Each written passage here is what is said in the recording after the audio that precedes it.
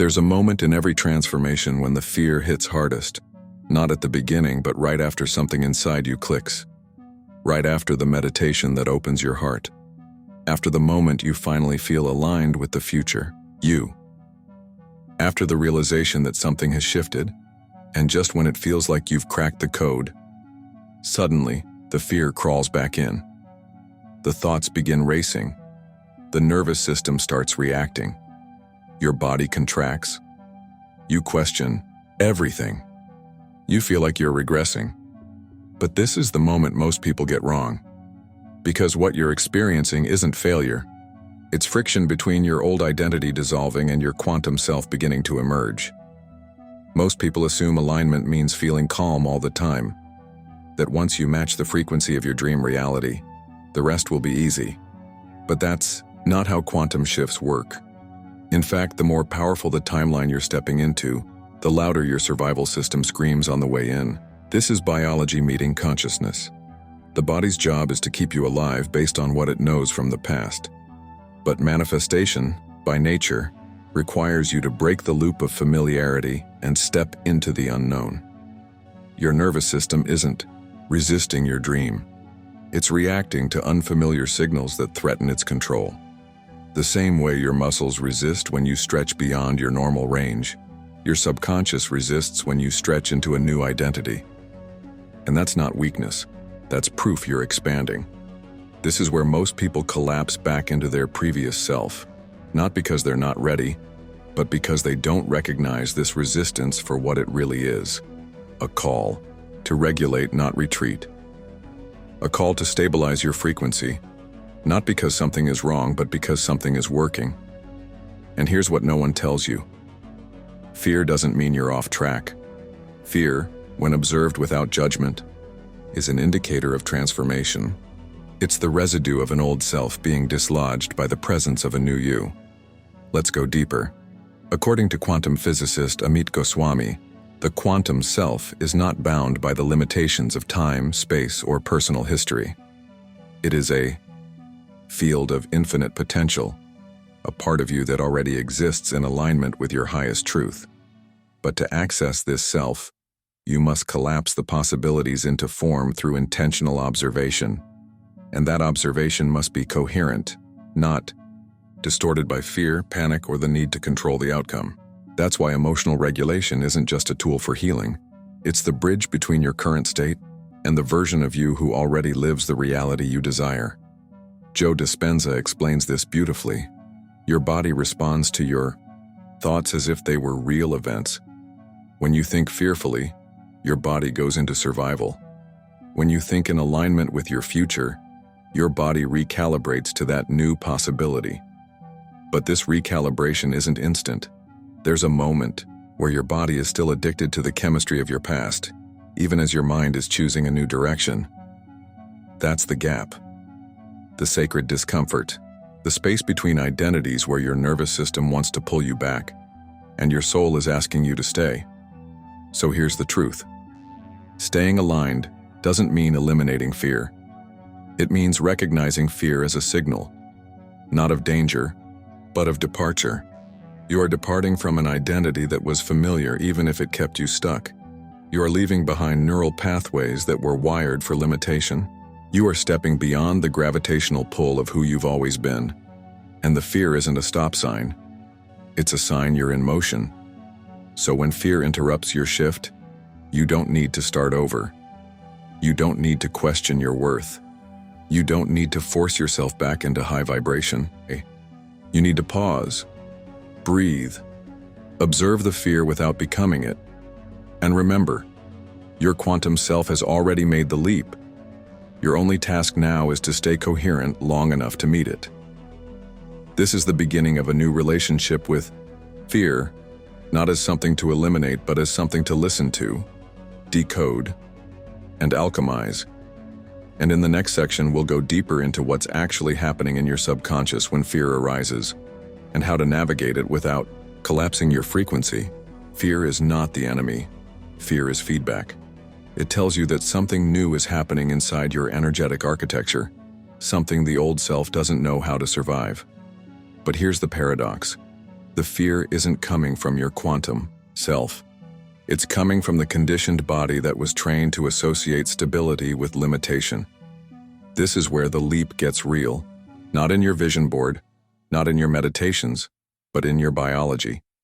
Your nervous system wants safety, and anything unfamiliar, no matter how aligned, how expansive, how divine, can feel unsafe if it's not what your body is used to receiving. This is not sabotage. This is survival instinct. Amit Goswami calls the quantum self the bridge between consciousness and potential. It is not attached to form but to awareness, and the moment your awareness begins to shift, through intention, repetition, or elevated emotion, you begin to access that bridge. But that access doesn't always feel like bliss. Sometimes it feels like disorientation, like heat rising in your chest, like tears without a clear source. Because your body has to catch up with your choice. Your old patterns start to break down. The programs that were silently running begin to crash. And that crash, that shaking, that dysregulation, it means the field is receiving a new signal. That is quantum flow in action. Joe Dispenza teaches that the subconscious mind governs 95% of who we are by the time we're 35 years old. That includes not only your habits and beliefs, but also your biochemical addiction to emotion. So if you've been living in survival mode, hyper-alert, reactive, skeptical, guarded, then even joy will feel threatening. Peace will feel foreign. Expansion will feel uncomfortable. The body will scream for what it knows, even if what it knows is suffering. This is why people who begin manifesting love often feel unworthy. Why those stepping into abundance start panicking about loss. Why those calling in freedom suddenly feel lost. The subconscious is not resisting you. It's asking, are you sure we're safe here? This is the spiritual work that no one glamorizes. The recalibration of your nervous system to accept peace as normal, to accept joy without guilt, to breathe into expansion without holding your breath, waiting for the collapse. You are not just choosing a new timeline. You are teaching your body to live there. And that requires regulation, not as a task, but as a devotion.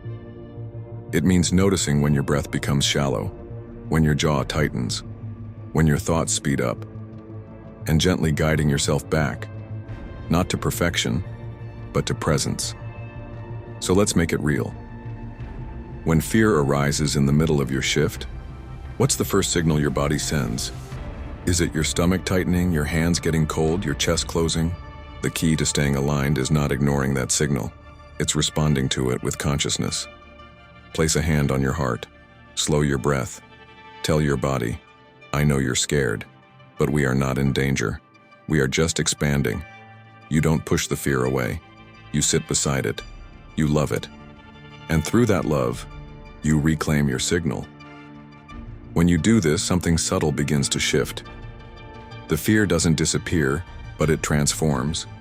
It becomes data. It becomes a guidepost. It reminds you that the leap is happening not only in your vision, but in your cells. You are not just visualizing change, you are becoming the embodiment of that change. And embodiment, unlike fantasy, has weight. It moves through muscle, breath, memory. That's why it takes practice, not force. Not perfection, just practice. Now I want to hear from you. If you're comfortable, share in the comments. What's the emotion, the sensation, or the pattern that tends to pull you back when you're on the edge of a breakthrough? When we name it, we take its power back. When we share it, we collapse the illusion of isolation. And when we see it in each other, we remember, no one is shifting alone. Let's keep going. In the next section, we'll explore what's buried beneath the fear, the unconscious patterns, the emotional echoes, the forgotten wounds that rise not to stop you, but to finally be seen. The body resists, yes, but so does the unconscious. Because when you begin shifting into a new identity, the mind doesn't just question your ability, it starts bringing to the surface every fragment of self you abandoned along the way. This is why quantum leaps often feel like emotional ambushes. You begin to align with your abundance, and suddenly old voices whisper that you're selfish. You try to embody love, and unresolved shame rises like smoke through your chest. You commit to living freely, and a part of you tightens in guilt, as if you're betraying someone by becoming more of yourself. Carl Jung said, "Until you make the unconscious conscious, it will direct your life, and you will call it fate." This is not just philosophy, it's the lived experience of shifting timelines. When you enter the quantum field with clarity, you don't just access your higher potential, you also activate the parts of your shadow that were wired into your sense of self. And they don't want to sabotage you, they want to be acknowledged, to be held, to be integrated. In the context of quantum jumping, this means that every time you leap, you awaken pieces of yourself that were silenced by survival. They may show up as fear, self-doubt, jealousy, even anger, not because you're broken, but because these parts of you were built to keep you safe in an outdated environment. They learned to shrink so you wouldn't attract criticism. They learned to please so you wouldn't be abandoned. They learned to numb so you wouldn't feel the pain of rejection. And now, as you stretch into a new field of possibilities, those old survival codes start to fire again. Not to destroy you, but to test whether you're truly choosing something new. The test isn't external. It's vibrational. Are you willing to stay centered when your inner child panics? Are you willing to hold your frequency when an old wound reactivates? Are you willing to respond to discomfort with presence instead of performance? This is the real work of consciousness. Not bypassing your fear with love and light, but meeting your fear with maturity, gentleness, and truth. And here's the most powerful truth of all. The shadow isn't trying to pull you back. It's trying to join you. Those scared, rigid, hurt parts of you aren't obstacles to your expansion. They are the parts that need to be brought into coherence with your expansion. When you integrate those pieces instead of rejecting them, your frequency doesn't just rise, it stabilizes. Because now you're not leaking energy in the form of internal conflict. You're unified, you're whole, and wholeness is magnetic. Imagine this. You're standing at the threshold of your desired reality, and fear rises. Most people try to suppress it, but you do something different. You sit, you breathe, and you say, "I see you. You're welcome, here. We're going anyway." In that moment, you're not just jumping, you're leading yourself. And that leadership becomes a signal, a vibrational signature the field can respond to. Because the quantum doesn't need you to be perfect, it needs you to be clear. Clarity isn't the absence of fear. It's your willingness to move with it, to breathe through it, to carry it gently instead of letting it drive. This is the inner revolution. The shift that sustains itself. Not because you've eliminated every shadow, but because you've stopped abandoning them. And that is what makes you trustworthy to the timeline you're calling in. You're not faking it until you make it. You're healing it until you embody it. That's quantum integrity. And it is felt far beyond the words you say, or the affirmations you repeat. It's in your gaze, your breath, your posture, your presence. And once your presence becomes coherent, once your energy stops fighting itself, the field has no choice but to organize around you. And that brings us to what may be the most important part of the leap, knowing how to stay in the flow when everything inside you wants to retreat. Not forcing, not controlling, but gently recalibrating, continuously, lovingly. That's where we go next.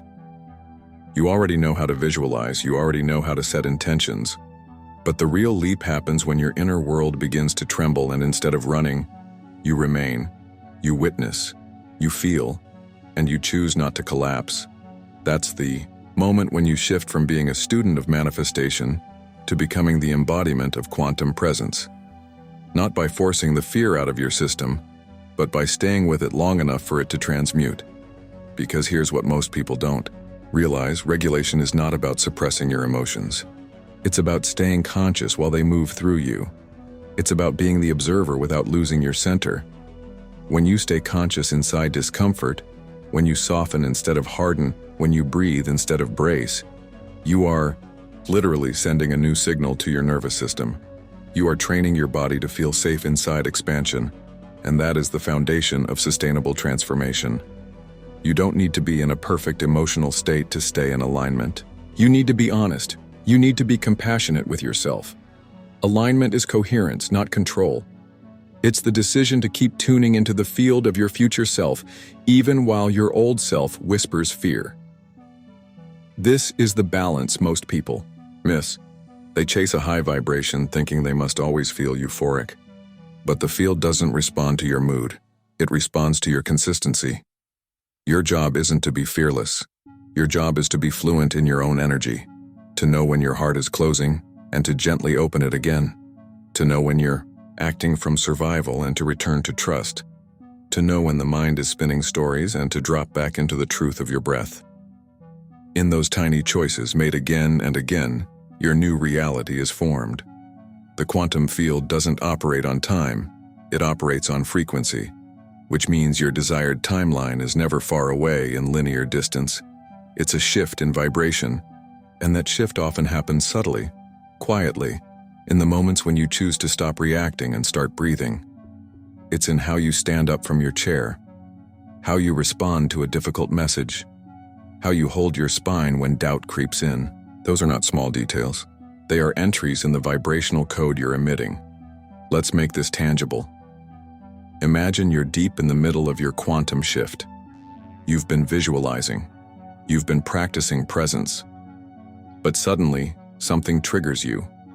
A memory, a setback, a comment.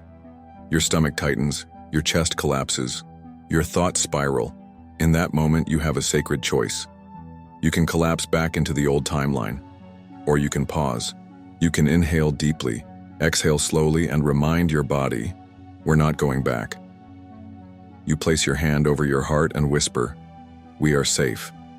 We are expanding. And I am choosing to remain.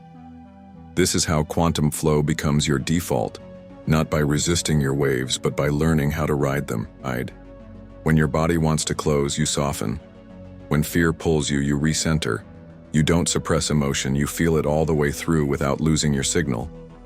And in doing so, you become more than a manifester. You become a transmitter, a stabilizer of timelines, a creator of coherence in a chaotic world. When you choose to regulate instead of retreat, your field becomes magnetic, your timeline stabilizes, and the quantum responds not just to your desire, but to your devotion.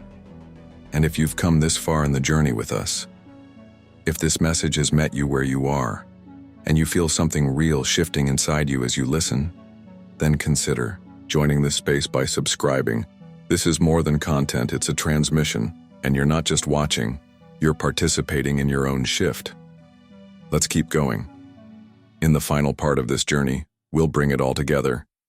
You'll see how everything you've felt, faced, and navigated is not pulling you away from alignment, it's refining it. And the truth is, you're already further than you think. You made it through. Not just through this video, but through something far greater. Your own internal resistance. That subtle wall between who you were taught to be and who you're now becoming.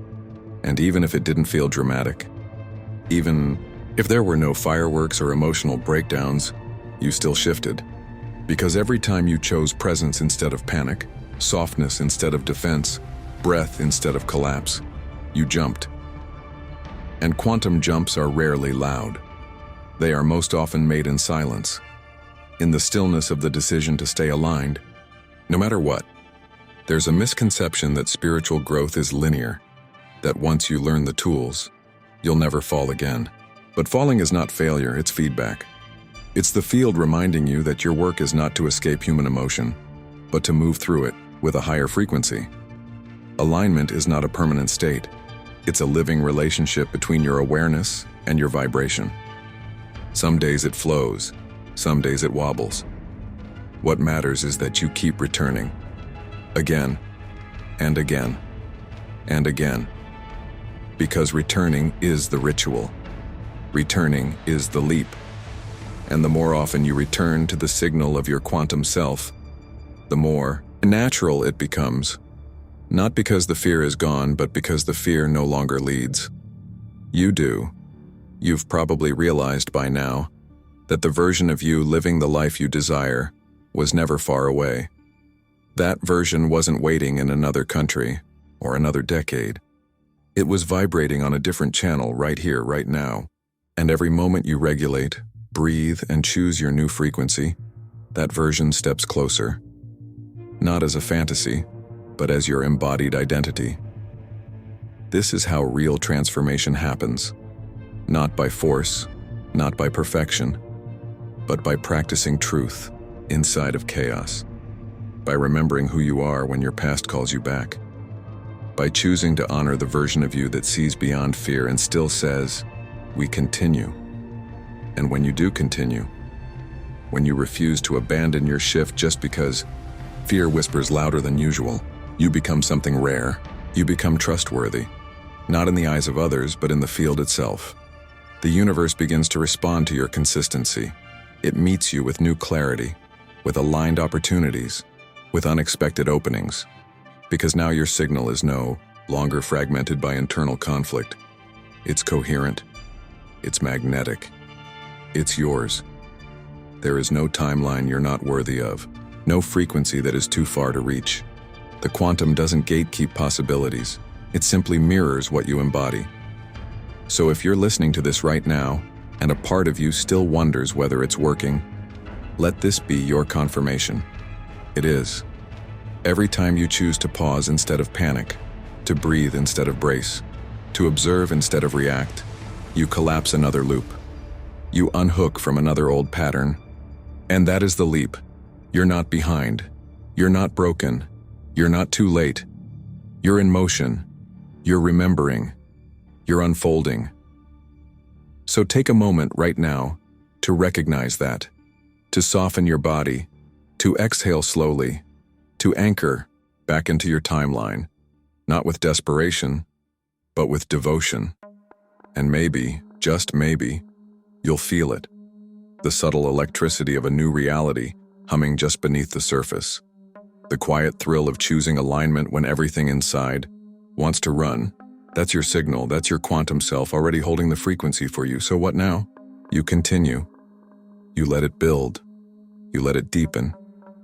And when the next wave of fear comes, and it will, you won't be surprised. You'll be ready, not to fight it, but to breathe with it, to walk through it, to hold your signal steady until the field responds again. And it will. Because once you start shifting from reaction to regulation, from emotion to coherence, from survival to embodiment, the leap is no longer a theory. It becomes your life. You're already living the shift.